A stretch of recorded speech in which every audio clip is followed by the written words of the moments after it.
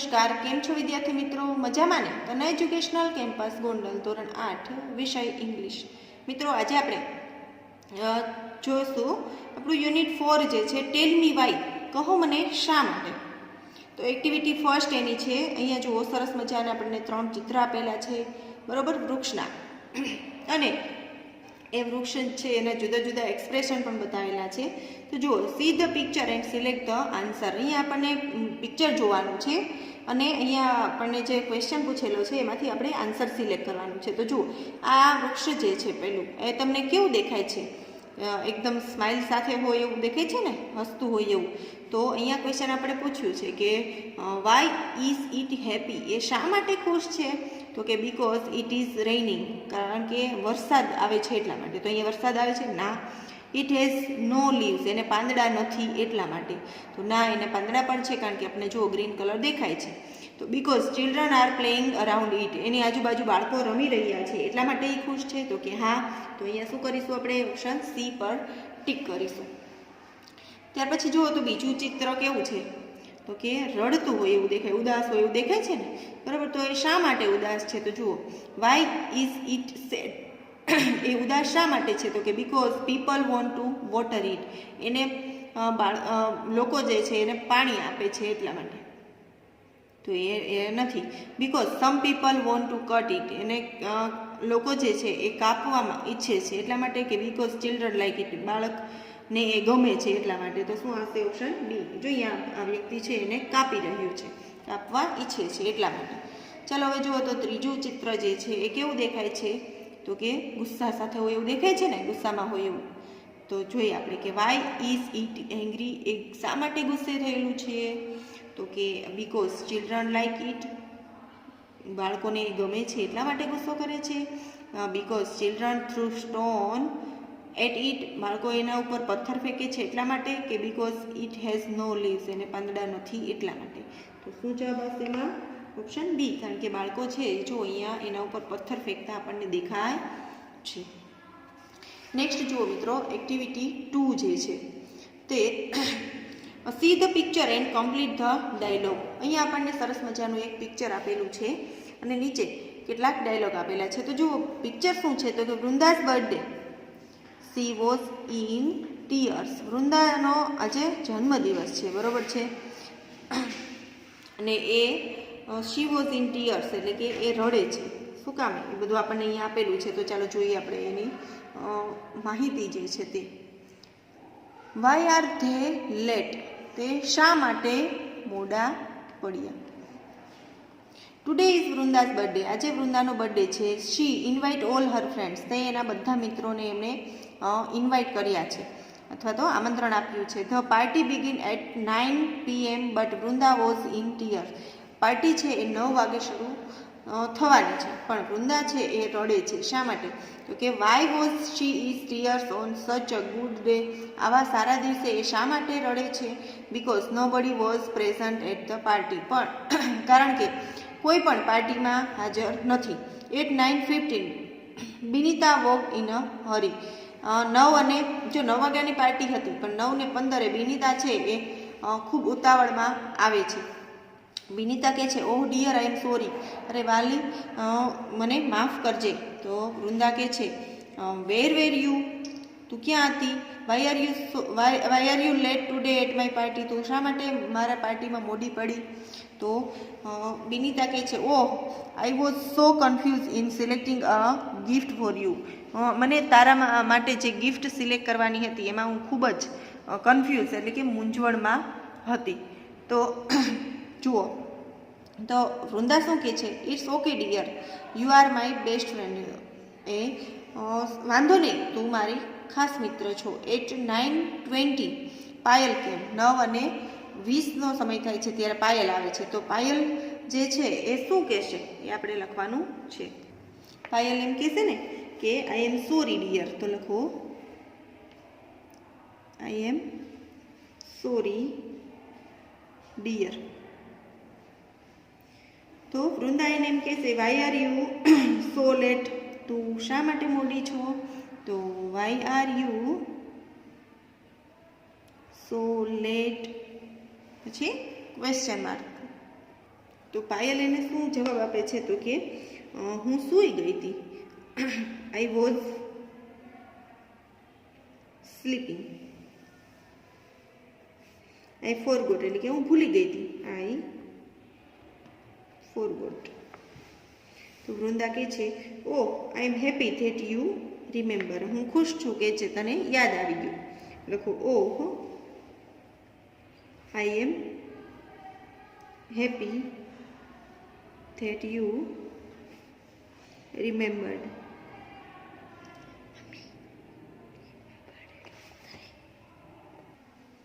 ત્યાર પછી જુઓ 8:09 એટલે કે 9:30 9:30 વાગે વિરલ અરાઈવ. વિરલ છે એ પહોંચે છે.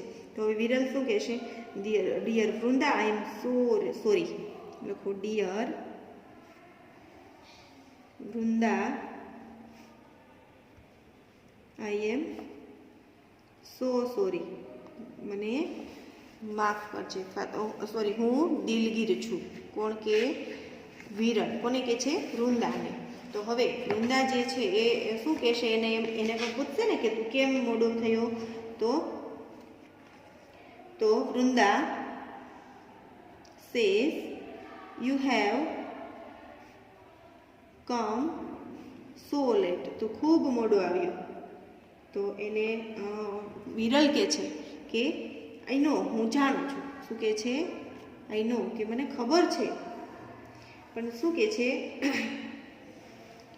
કે મને ખબર છે. આઈ નો, મને ખબર છે. I was working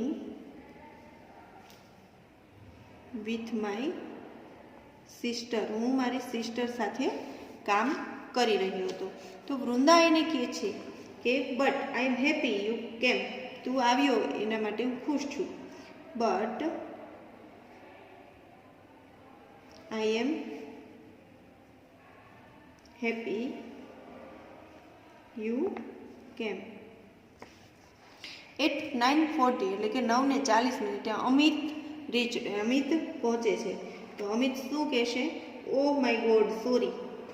oh my God sorry. મને માફ કરજો. હું દિલગીર છું. તો વૃંદા કહે છે I thought you will not come. મને એવું લાગ્યું હતું, મેં એવું વિચાર્યું હતું કે તું નહીં આવે. આઈ થોટ એટલે વિચારવું. I thought you will not come. તો અમિત કહે છે no dear my train was late. મારી ટ્રેન જે છે એ મોડી હતી. No dear my train was late. વૃંદા કહે છે કે oh I see no problem. Oh I see no problem. કંઈ વાંધો નહીં. ત્યાર પછી 8:45 એટલે કે 9:45 આપણે કહીએ તો 9:45 વાગે નરેશ એન્ટર. નરેશ છે એ પ્રવેશે છે. I am sorry. હવે તો એ તો ખૂબ જ દિલગીર રહેશે ને, બરાબર. I am sorry. I know you are very angry. મને જાણ છે, મને ખબર છે કે તું ખૂબ ગુસ્સામાં છે. I know you are very angry. તો વૃંદા કહે છે yes I am you are late. હા હું છું, તું મોડો છે. Yes I am you are late. Naresh કહે છે but my boss gave me some more work. મારા બોસ છે એને મને વધારે વર્ક આપ્યો હતો. And I could not leave the office early. એટલે હું વહેલી મારી ઓફિસ છોડી ન શક્યો. તો લખો yes but my boss gave me some more work. to do and I could not leave the office early. ત્યાર પછી વૃંદા એમ કે છે ઓકે વેલકમ, ઓકે વેલકમ. હવે જુઓ મિત્રો, એક્ટિવિટી 3 છે rearrange the sentences and make a meaningful dialogue. અહીંયા આપણને એક્ટિવિટી આપેલી છે ચાઇલ્ડ અને જ્યુસ, મેંગો, ચાઇલ્ડ અને મેંગો ટ્રી, વિટામિન એ, આ બધા અલગ અલગ આપણને એક મિનિંગફુલ ડાયલોગ બનાવવાનો છે, બરાબર. તો જુઓ મિત્રો, અહીંયા આપણે આગળ છે એક ક્રમ લખી નાખશું, બરાબર છે. અહીંયા આપણને એટલી જગ્યા નથી આપી કે આપણે ફરીથી લખી શકીએ વાક્ય. તો પહેલું સેન્ટેન્સ કયું બનશે? તો કે મેંગો ટ્રી જે છે એ એમ કે છે કે why do you come here. તો અહીંયા શા માટે આવ્યો છે? તો આ મેંગો ટ્રી વાળું વાક્ય છે એ ફર્સ્ટ આવશે, તો આપણે અહીંયા એક લખી નાખશું. ત્યાર પછી સેકન્ડ સેન્ટેન્સ આવશે ચાઇલ્ડ, એટલે કે બાળક જે કે છે કે બીકોઝ આઈ વોન્ટ મેંગોસ, મારે મેંગો જોઈએ છે. જો અહીંયા મેંગો ઝાડ છે એમ કે છે બાળકને, તો અહીંયા શા માટે આવ્યો છો? તો બાળક કે છે મારે કેરી જોઈએ છે એટલા માટે. તો ત્રીજું મેંગોસ, કેરી કે છે વાય ડુ યુ વોન્ટ અસ, તને અમે શા માટે જોઈએ છીએ, બરાબર. વાય ડુ યુ વોન્ટ મી, તો અહીંયા આવશે થર્ડ નંબર. ત્યાર પછી ચાઇલ્ડ કહે છે because I want to make juice, કારણ કે મારે જ્યુસ બનાવવું છે એટલા માટે. તો ફરીથી જ્યુસ કહે છે વાય ડુ યુ વોન્ટ મી, તને મારી શા માટે જરૂર પડી છે? જો અહીંયા તો 5 નંબર અહીંયા આવશે. ત્યાર પછી ચાઇલ્ડ કહે છે because you have vitamin A, તારામાં વિટામિન એ હોય એટલા માટે, તો અહીંયા 6. વિટામિન એ કહે છે વાય ડુ યુ વોન્ટ મી, તારે મને શા માટે જોઈએ છે? તો આ 7 નંબરનું. તો ચાઇલ્ડ કહે છે બીકોઝ યુ આર હેલ્ધી, તું ખૂબ જ હેલ્ધી હોય એટલા માટે, તો અહીંયા હશે 8 નંબર. તો મેંગો ટ્રી કહે છે સો ટેક ધ મેંગોઝ, તો તું મેંગો લઈ લે, તો આવશે 9 નંબરનું, બરાબર છે. ત્યાર પછી જુઓ મિત્રો, એક્ટિવિટી જે 4 છે એનો બી પાર્ટ છે રીડ ધ સ્ટોરી. અહીંયા સરસ મજાની સ્ટોરી આપેલી છે the first fruit. One morning a king went on horseback. એક સવારે રાજા જે છે એ હોર્સબેક એટલે કે ઘોડે સવારી કરી અને જાય છે ટુ ધ કન્ટ્રી સાઇડ, એટલે કે રાજ્યમાં, એનો જે રાજ્ય હોય એમાં એ જાય છે. He came to the village and saw an old man in a field. એ ગામડા તરફ જાય છે અને એક ખેતરમાં એક વૃદ્ધ માણસ છે એ જોવે છે. The old man was ડિગિંગ the earth. Old man જે છે એ પૃથ્વી જે અર્થ એટલે પૃથ્વી અથવા તો જમીન જે છે એ ખોદી રહ્યો છે. And planting mango sapling. Sapling એટલે કે જે રોપ હોય એને શાર્પલિંગ કહેવાય, કે મેંગોના જે રોપ છે એને વાવી રહ્યો છે.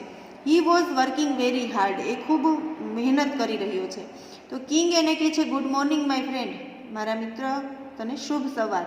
Y are you planting this sapling. તું આ રોપાઓ છે એ શા માટે વાવી રહ્યો છો? તો ઓલ્ડ મેન એટલે કે વૃદ્ધ માણસ કહે છે this sapling will be big tree in 10 or 15 years.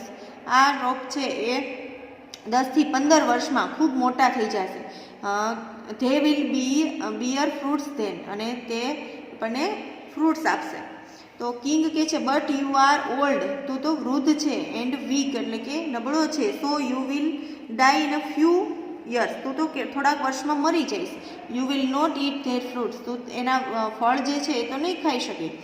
તો ઓલ્ડ મેન વૃદ્ધ માણસ કહે છે યુ આર રાઇટ, તું સાચું છે. I will not eat the fruits, હું ફળો ખાઈશ નહીં, but I am doing this today, હું આ આજે કરીશ, કારણ કે બીકોઝ એટલે others will eat in it, others will eat it એટલે કે બીજા જે લોકો છે એને ખાશે. And therefore I am happy, અને હું ખુશ થઈશ, તેથી હું ખુશ થઈશ. કિંગ કહે છે I M please with you, મને તારા ઉપર ખૂબ ગર્વ છે. ઓલ્ડ મેન વૃદ્ધ માણસને કહે છે કે હું તારાથી ખૂબ ખુશ થયો. You love people, therefore you are a good man, તું માણસોને ચાહે છે એટલા માટે તું સારો માણસ છો. Please take this bag of money, લે આ પૈસાની બેગ જે છે તે, because I love your work, મને તારું કામ ખૂબ ગમ્યું, અને એન્ડ થોટ એટલે તારા વિચારો અને તારું કામ મને ખૂબ ગમ્યું એટલા માટે આ તું બેગ છે પૈસાની એ લે. ઓલ્ડ મેન કહે છે થેન્ક યુ સર, તમારો આભાર sir. This bag of money is first fruit of my little tree, આ પૈસાની જે બેગ છે ને એ જ મારા આ ઝાડનું પહેલું ફળ છે. તો વિદ્યાર્થી મિત્રો ખૂબ સરસ મજાની વાત કરેલી છે ને. ચલો ત્યાર પછી જુઓ નેક્સ્ટ રીડ ધ સ્ટોરી, એટલે આપણે જે સ્ટોરી જે આગળ જોઈ ગયા એ વાંચવાની છે એન્ડ કમ્પ્લીટ ધ ટેબલ. હવે અહીંયા આપણને આપેલું છે કે એ વૃદ્ધ માણસ છે અથવા તો રાજા છે એને જે કામ કર્યું છે એનું અહીંયા રીઝન લખવાનું, કારણ લખવાનું છે. તો જો the old man was ડિગિંગ earth, old man છે એ જમીન ખોદી રહ્યો હતો. શા માટે? તો કે કારણ કે એને છોડ વાવવા હતા. તો લખો he was planting mango sapling. ત્યાર પછી જુઓ the king was pleased with an old man, રાજા જે છે એ વૃદ્ધ માણસથી ખૂબ ખુશ થઈ ગયું કારણ કે he loved people, he loved people. ત્યાર પછી જુઓ અહીંયા રીઝન આપેલું છે he was good man and he work for others, એ ખૂબ સારો માણસ છે અને એ બીજા માટે કામ કરે છે. તો લખો the king gave him a bag of, એને શું આપ્યું હતું? a bag of money, એને બેગ ઓફ મની આપ્યું હતું, પૈસાની થેલી આપી હતી. શું કામે? તો કે એ ખૂબ સારો માણસ હતો અને એ બીજાના માટે કામ કરતો હતો. ત્યાર પછી જુઓ he wanted others two gate fruits, બરાબર, હી વોન્ટેડ અધર્સ, એ એવું ઈચ્છે છે કે બીજાઓને ફ્રૂટ આપવું. તો લખો the old man was planting mango saplings.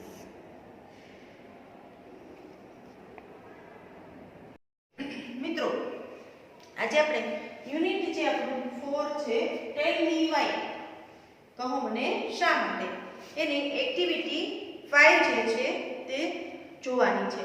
તો એક્ટિવિટી 5 કઈ છે? આપણી સાયન્સ એન્ડ અવર લાઈફ, વિજ્ઞાન અને આપણી જિંદગી અથવા આપણું જીવન, વિજ્ઞાન અને આપણું જીવન. એક સરસ મજાની આપણને માહિતી જે છે એ આ એક્ટિવિટીની અંદર આપેલી છે. આપણે એ માહિતી વિશે આજે જોઈશું. તો જુઓ પાઠ્યપુસ્તકમાં પેજ નંબર 44 પર. હવે જુઓ,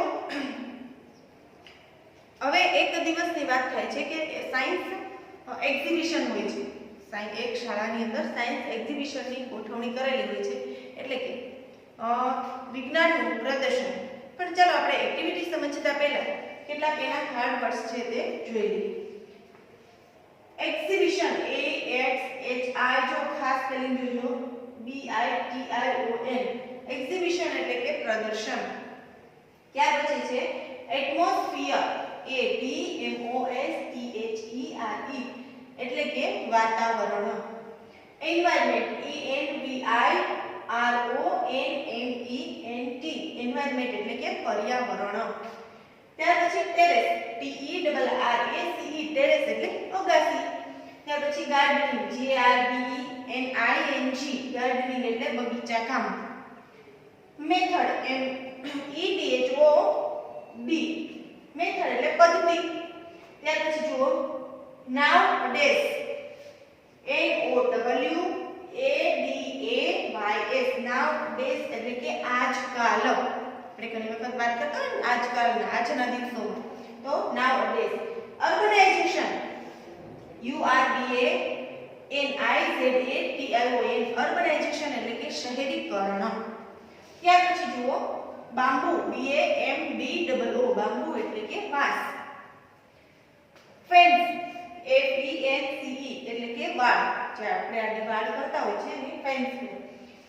fishing, rod, FISHING ROD, fishing rod એટલે માછલા પકડવાની જે લાકડી હોય તે. ત્યાર પછી રાફ્ટ, RAFT, રાફ્ટ એટલે તરાપ. ફ્લૂટ, FLUTE, ફ્લૂટ એટલે વાંસળી. ત્યાર પછી સ્ટેમ, STEM, સ્ટેમ એટલે Dandi. Hollow, HOLLOW, hello, hollow એટલે પોલું. ટુ અબોલિશ, TOABOLISH, અબોલિશ એટલે કે નાબૂદ કરવું. ત્યાર પછી ટૂથ એક, TOOTHACHE, ટૂથ એક એટલે કે દાંતનો દુખાવો. તો ચાલો હવે જોઈએ આપણે એક્ટિવિટી. ટુડે ઇઝ 28 ફેબ્રુઆરી એટલે કે આજે 28 ફેબ્રુઆરીનો દિવસ છે. It is world science day. 28 ફેબ્રુઆરીના દિવસે શું છે તો કે વિશ્વ વિજ્ઞાન દિવસ છે. શું છે? વિશ્વ વિજ્ઞાન દિવસ. તો અહીંયા આપણને એ પણ કીધું છે કે આજે 28 ફેબ્રુઆરી છે, વિશ્વ વિજ્ઞાન દિવસ છે. There is a science exhibition in Kartik school. કોની સ્કૂલમાં? કાર્તિકની સ્કૂલમાં સાયન્સનું પ્રદર્શન અથવા તો વિજ્ઞાનનું પ્રદર્શન ગોઠવાયેલું છે. The math science club of the school is in charge of the exhibition. સ્કૂલનો જે મેથ સાયન્સ ક્લબ જે છે, બરોબર, આખો વિભાગ જે છે મેથ સાયન્સ વિભાગ, એ આ એક્ઝિબિશનનો ઇન્ચાર્જ છે. એટલે કે એ તમામ એનું કામ કરવાનું છે અને સોંપણી કરેલી છે.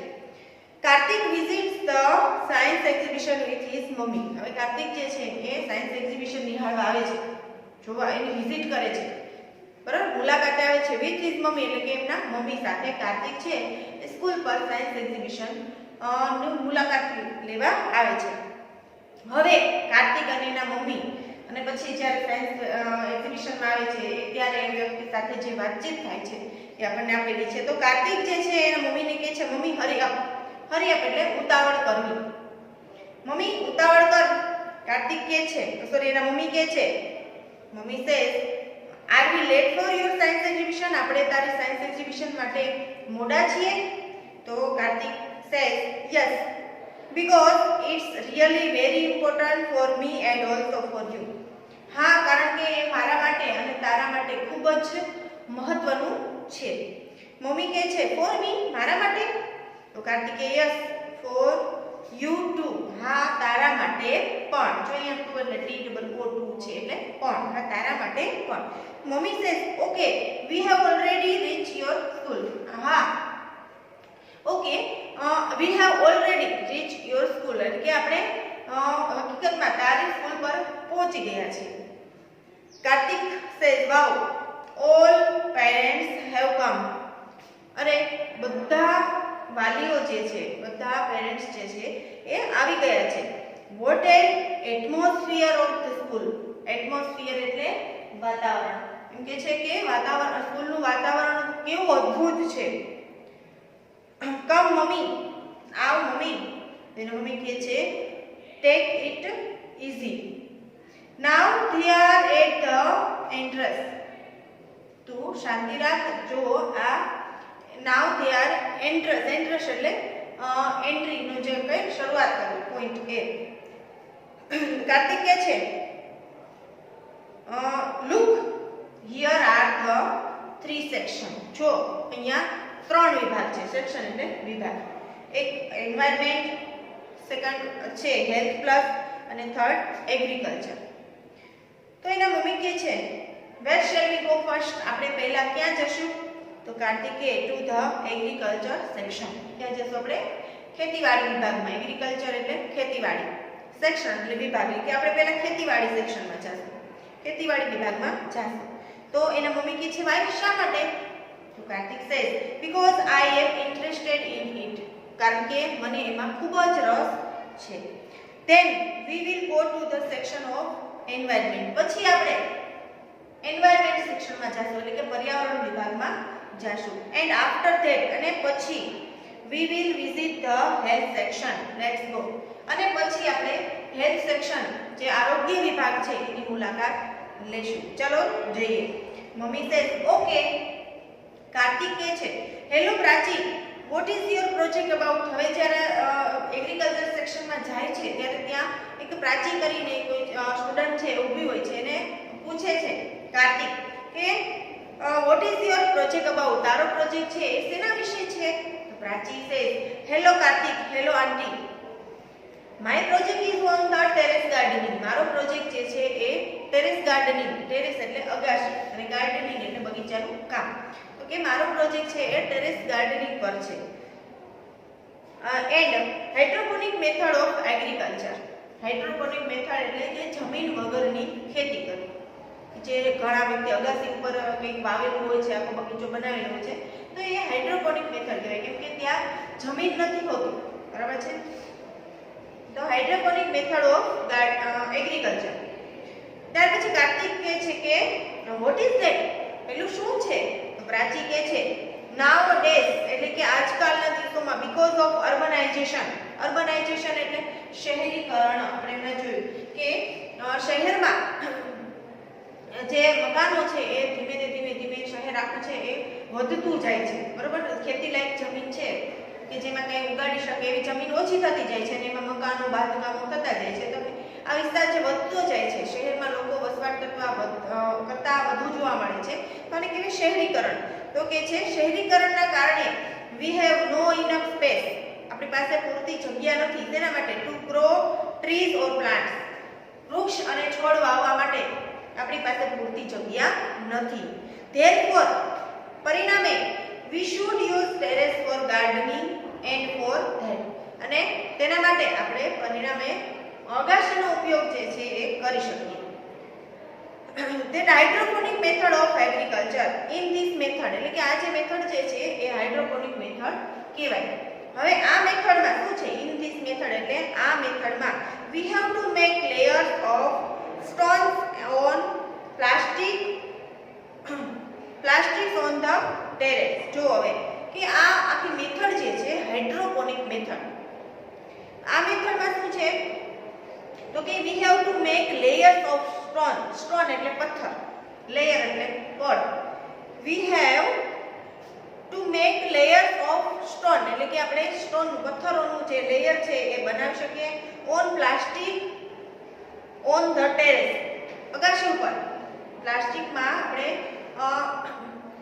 પથ્થરોનું જે લેયર છે એ બનાવી શકીએ. with their help plants can stand. એના મદદથી પ્લાન્ટ એટલે કે છોડ જે છે એ ઊભો રહી શકે છે. after that અને પછી plant will be planted at appropriate distance. appropriate એટલે યોગ્ય જગ્યા અને distance એટલે અંતર, યોગ્ય અંતરે. ત્યાર પછી આપણે યોગ્ય અંતરે પ્લાન્ટ જે છે એને વાવી શકીએ. and then અને પછી give them water. પછી એને શું આપવાનું? પાણી. we can also use PVC pipes. જો આપણે PVC જે પાઇપ હોય બરોબર એનો પણ ઉપયોગ કરી શકીએ. by hydroponic method we can grow vegetables and fruits. Hydroponic method થી આપણે વેજીટેબલ એટલે કે શાકભાજી અને ફ્રૂટ્સ એટલે કે ફળો પણ ઉગાડી શકીએ છીએ. તો કાર્તિક કહે છે ઇટ્સ રિયલી વન્ડરફુલ આઈડિયા. આ ખૂબ અદ્ભુત વિચાર છે. Thank you Prachi. Thank you Prachi. Prachi તારો આભાર છે. તો મમ્મી કહે છે yeah thank you Prachi. Thank you Prachi. અને મમ્મી પણ પ્રાચીનો આભાર માને છે. પછી કે Kartik we will make it on our terrace. આપણે આપણા અગાસી ઉપર એ બનાવીશું. તો કાર્તિક કહે છે કે શ્યોર મમ્મી, ચોક્કસ mummy. Let's go to the environment section. ચાલો હવે આપણે જઈએ એન્વાયરમેન્ટ સેક્શનમાં એટલે કે પર્યાવરણ વિભાગમાં. તો મમ્મી સેઝ ઓકે. મમ્મી કહે છે okay. They are at another science project. એ બંને જે છે અનધર એટલે કે બીજા સાયન્સ પ્રોજેક્ટમાં જાય છે. વસંત ત્યાં કોણ હોય છે? અહીંયા જેમ પ્રાચી હતી બરાબર છે એગ્રીકલ્ચર સેક્શનમાં, એમ અહીંયા એન્વાયરમેન્ટ સેક્શનમાં કોણ છે? વસંત. વસંત કહે છે કે હે કાર્તિક, હેલો આંટી. તો કાર્તિક કહે છે હે vote is your project about. તારો પ્રોજેક્ટ જે છે શેના વિશે છે? જો આ કયો વિભાગ છે? તો કે એન્વાયરમેન્ટ એટલે કે પર્યાવરણ વિભાગ છે. વસંત કહે છે કે the project title is bamboo and banana are the best. પ્રોજેક્ટનું ટાઇટલ શું છે?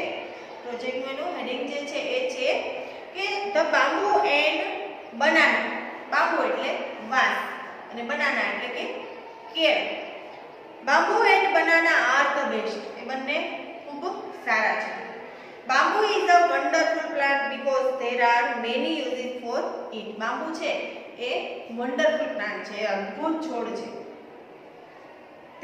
because there are many uses of it, કારણ કે તેના ઘણા બધા ઉપયોગો છે બાંબુના એટલે કે વાંસના. જે લાંબી લાંબી લાકડીઓ હોય છે ને, તમે જોયું હશે બાંબુનું ઝાડ, બરાબર, એકદમ લાંબી લાંબી લાકડીઓ જેવું એનું છોડ હોય છે લાંબો. The bamboo is very strong. Bamboo છે એ ખૂબ મજબૂત હોય છે. Therefore it is used to build the bridge. Bamboo છે ખૂબ મજબૂત હોય છે. તમે જોયું તો પહેલાના મકાનમાં, પહેલાના સમયની અંદર મકાન છે, મકાનમાં પણ બાંબુનો યુઝ કરતા હતા. પેલા નળિયાવાળા મકાન હોય તો એમાં નળિયા જેની ઉપર ગોઠવેલા હોય, આખું બ્લોક્સ બધા બનાવેલા હોય, એ શેના હોય તો કે વાંસના બનાવેલા હોય. એ એટલું મજબૂત હોય છે કે એના ઉપર નળિયા આવે છે, બરાબર, તોય પણ એના વજનથી એને કંઈ થતું નથી. એટલે કે છે કે અહીંયા બાંબુ છે એ ખૂબ સ્ટ્રોંગ છે, ખૂબ મજબૂત છે. પરિણામે એમાંથી શું બની શકે છે તો કે બ્રિજ, આખો બ્રિજ પુલ પણ બની શકે છે. તમે ઘણી વખત એવું જોયું હશે, નીચે આપણને ચિત્રમાં પણ આપેલો છે, બરાબર, બાંબુમાંથી બનાવેલો bridge. We can make many things like fences. આપણે ઘણી બધીમાંથી વસ્તુ બનાવી શકીએ, લાઈક ફેન્સીસ. ફેન્સીસ એટલે વાડ. ઘણી વખત તમે જોયું તો ખેતરમાં કોઈ એવો પ્લોટ હોય, એમાં ફરતી બાજુ બાંબુની વાડ બનાવેલી હોય છે, એને કહેવાય ફેન્સીસ. Fishing road.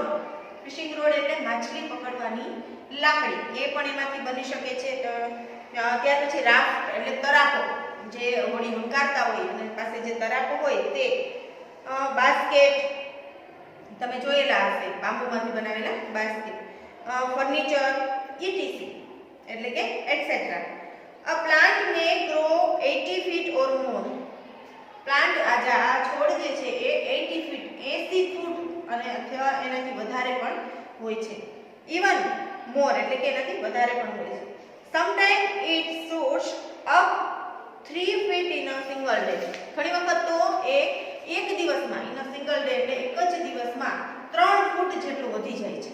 વિચારો, 80 ફૂટ જેટલું એ હોઈ શકે અને ઘણી વખત તો એક દિવસમાં 3 ફૂટ એટલું વધતું હોય છે. કાર્તિક કે છે ઇટ્સ વન્ડરફુલ, એ તો અદ્ભુત છે. મમ્મી કે છે how is music produce on a flute. Flute એટલે કે વાંસળી, વાંસળી. તો એ કહે છે કે વાંસળીમાંથી મ્યુઝિક છે કેમ પ્રોડ્યુસ એટલે ઉત્પન્ન થવું. મ્યુઝિક કેવી રીતે ઉત્પન્ન થાય એવું આના મમ્મી જે છે એ વસંતને પૂછે છે, કાર્તિકના મમ્મી. તો વસંત એને કહે છે ઇટ્સ મેજિક, એ તો જાદુ છે. The bamboo has joined all the way up the stem. Bamboo જે છે એ આખું જોડાયેલું હોય છે. કેવી રીતે તો કે એના જુદા જુદા ટુકડા હોય. તમે શેરડી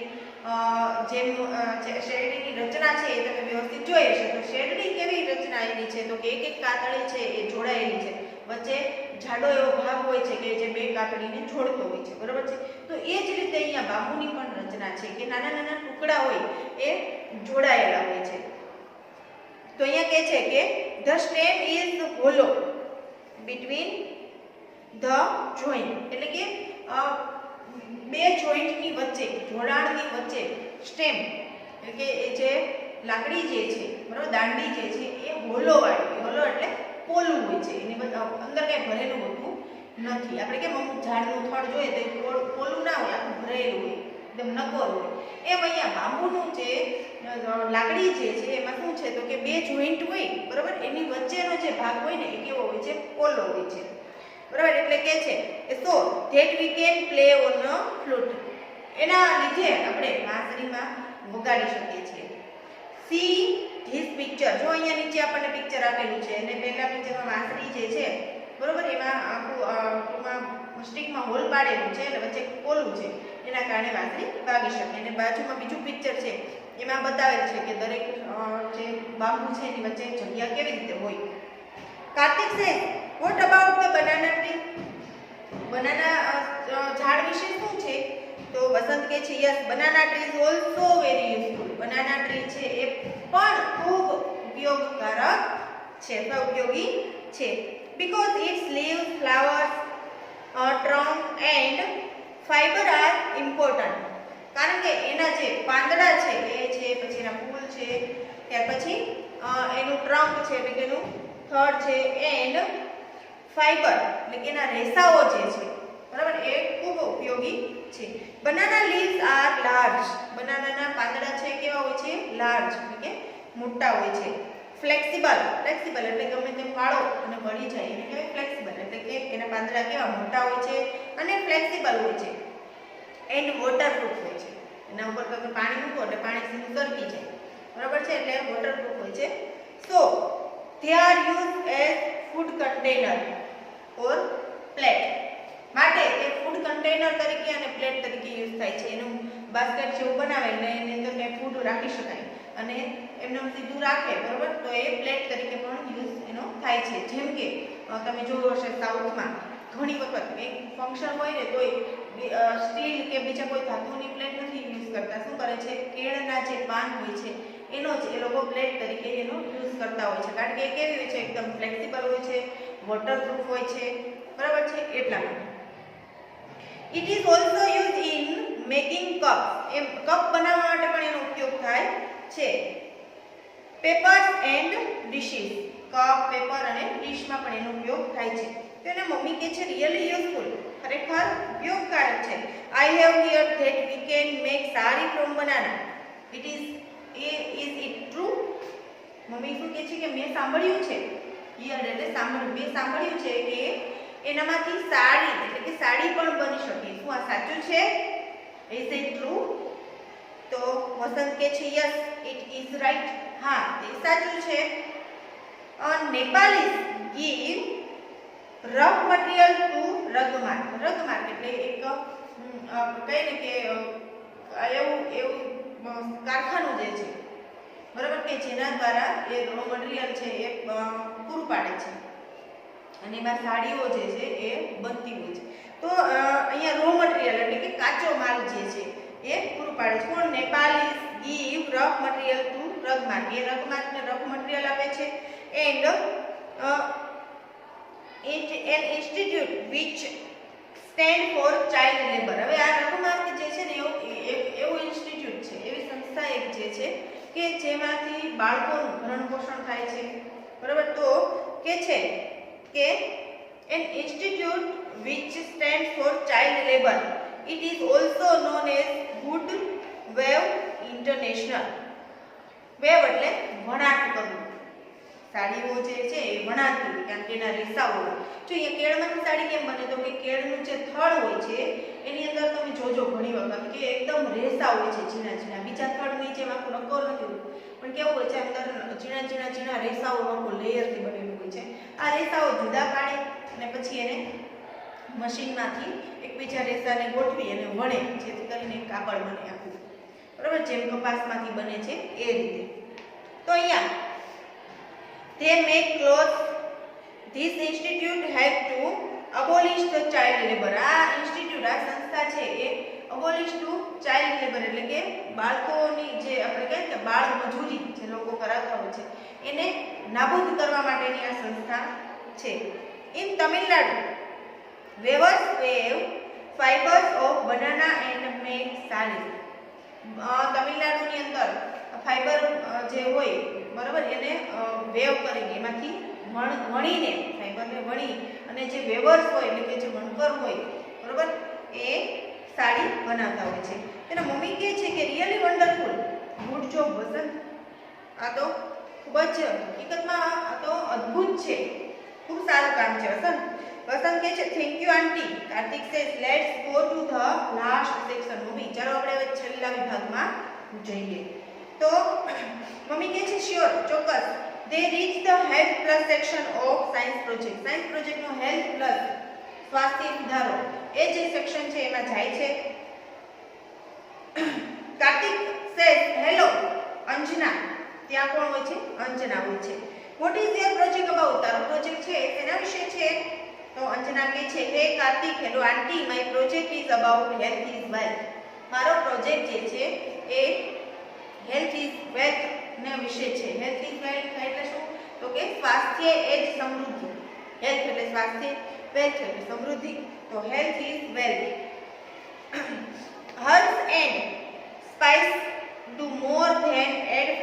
ડીશ. એમ કે છે હર્બ અને સ્પાઇસ જે છે તીખાશ તે કહે ને સ્પાઇસી. હર્બ એટલે આયુર્વેદ જે એ વસ્તુ જે છે એ શું કરે flavour to dish more than flavour to dish. Spice and herbs are really very useful for our body. See the chart. જો આ જે હર્બલ વસ્તુ છે એ આપણા બોડી માટે વેરી યુઝફુલ ખૂબ જ ઉપયોગી છે. નીચે આપણને ચાર્ટ આપેલો છે. એ ચાર્ટ જે છે એ અંજના બતાવે છે કાર્તિક અને એની મમ્મીને કે જુઓ એમાં શું આપેલું છે સ્પાઇસીસ અને યુઝીસ જે આપણે કહીએ ને કે તેજાનાઓ છે એને અને બાજુમાં કોલમમાં એના વપરાશ ક્યાં એને યુઝ કરી શકાય. પહેલું છે જિંજર. જિંજર એટલે આદુ. આદુ તમને ખબર છે ઘણા બધા ઉપયોગો છે. ક્યાં યુઝ થાય તો કે decrease motion and sickness. Motion એટલે કે આપણને જ્યારે એક પરિસ્થિતિ એવી હોય એને શું કરે છે તો કે સિકનેસ. સિકનેસ એટલે આપણી બીમારી હોય બરાબર. મોશન એન્ડ સિકનેસને ડિક્રીઝ કરે છે એટલે કે ઘટાડે છે. ઘણી વખત જો આપણને સરખું ન હોય બરોબર અને મજા ન આવતી હોય પેટમાં કે ગડબડ હોય કંઈ હોય તો આપણે આદુનું યુઝ કરી અને કંઈ બનાવીને ખાઈ લઈએ છીએ બરાબર છે. જેમ કે આદુ અને લીંબુનો રસ કાઢીને આપણે ઘણી વખત પીતા હોય છે બરાબર છે. ત્યાર પછી ઇલાયચી. ઇલાયચી એનો શું યુઝ થાય છે કે ધ ઓઇલ ઓફ કાર્ડામોમ સીડ્સ. કાર્ડામોમ એટલે ઇલાયચી એનું જે ઓઇલ છે is useful in the treatment of toothache. toothache એટલે દાંતનો દુખાવો બરાબર. દાંતના દુખાવા માટે આ જે ઇલાયચી જે છે એમાંથી બનાવેલું તેલ આપણે ઘણી વખત નથી જોતા ટૂથપેસ્ટની અંદર પણ ઇલાયચી દોરેલી હોય છે બરાબર. ત્યાર પછી જુઓ શતાવરી છે. Shatavari its leaves boil in oil. એના પાંદડા જે શતાવરીનો એક જ છોડ હોય છે એના પાંદડા જે છે એને ઓઇલમાં બોઇલ કરે છે એટલે કે તેલમાં એને બોઇલ કરે છે. Are use for massage in brain disease. Brain disease એટલે માથાનો જે દુખાવો એમાં એ જે શતાવરીનું તેલ હોય આપણે કે ઉકાળે તેલમાં બોઇલ કરે અને એ તેલ જે છે માથામાં મસાજ કરે. ત્યાર પછી છે ગાર્લિક. ગાર્લિક એટલે કે લસણ. ત્યાર પછી એને યુઝિસ જોવો ડિસ્ટ્રોય કેન્સર સેલ્સ. કેન્સરના જે સેલ હોય એને ડિસ્ટ્રોય કરે એને નાશ કરે છે. ઘણી વખત આપણે જોયું છે કે કેન્સરના દર્દી હોય ને લસણ ખાવાનું કહેતા હોય છે. શા માટે તો કે એમાં એ શક્તિ છે કે કેન્સરના અમુક સેલ હોય એને ડિસ્ટ્રોય કરી શકે છે. તો એના મમ્મી હવે કહે છે mummy says Anjana really a good work. ખૂબ આ તો હકીકતમાં સારું કામ છે. I am very happy to know because I can use all things. હું તો ખૂબ ખુશ થઈ ગઈ આ બધું જાણીને કારણ કે હું એ બધી વસ્તુઓનો વપરાશ કરું છું ફોર માય ફેમિલીઝ હેલ્થ. હું મારા કુટુંબના સભ્યો માટેના એના આરોગ્ય માટે આ બધી વસ્તુનો ઉપયોગ કરું છું. Thank you so much. તમારો ખૂબ આભાર. Anjana says my pleasure aunty. Kartik says let's go mummy. ચલો જઈએ mummy. We will try to make terrace garden with the use of hydroponic method of agriculture. એમ કહે છે કે મમ્મી ચાલો આપણે જઈએ હવે. We will try એટલે પ્રયત્ન કરવું. શેનો પ્રયત્ન કરવાનો છે? Make terrace garden. આપણે ટેરેસ ગાર્ડન છે એને પેલો સેક્શનમાં મુલાકાત લીધી હતી ત્યારે એગ્રીકલ્ચર સેક્શનમાં વાત કરી હતી કે આપણે આ ઘરે જઈ અને આ ટ્રાય કરીશું. તો કહે છે ચાલો આપણે ઘરે જઈએ અને આપણે ટેરેસ ગાર્ડનિંગનો પ્રયાસ કરવાનો છે. ત્યારે મમ્મી કહે છે why do you forget banana and bamboo. તો બનાના અને બામ્બુ જે છે એ શા માટે ભૂલી ગયો? તો Kartik says yes it's right. હા તે સાચું છે. We will also grow more trees and plants. આપણે ઘણા બધા વૃક્ષો અને છોડ વાવવાના છે. They are useful. તેઓ ઉપયોગી છે. મમ્મી સેઝ રિયલી ખરેખર. Thank you Kartik because you gave me chance to know more about its nature and its blessing. જો મમ્મી કોનો આભાર માને છે? કાર્તિકનો. કહે છે કે રિયલી થેન્ક યુ કાર્તિક. ખરેખર તારો આભાર છે Kartik. because you gave me chance. તે મને ચાન્સ આપી તક આપી શેના વિશેની? To know more about its nature, એની જે કુદરતી વસ્તુ છે એની અને એના આશીર્વાદની, કુદરતી જે વસ્તુ છે અને એનો આશીર્વાદ એટલે કે આપણે કેવી રીતે ઉપયોગી થાય છે એનો આશીર્વાદ કહેવાય, બરાબર. એના વિશે તે મને ઘણી બધી માહિતી આપી અને મને જાણકારી મળી એ બદલ તારો ખૂબ આભાર. તો મિત્રો અહીંયા આપણે એક્ટિવિટી 5 જે છે એ પૂર્ણ કરીએ છીએ. ચાલો હવે આપણે એક્ટિવિટી 6 તરફ આગળ વધીએ.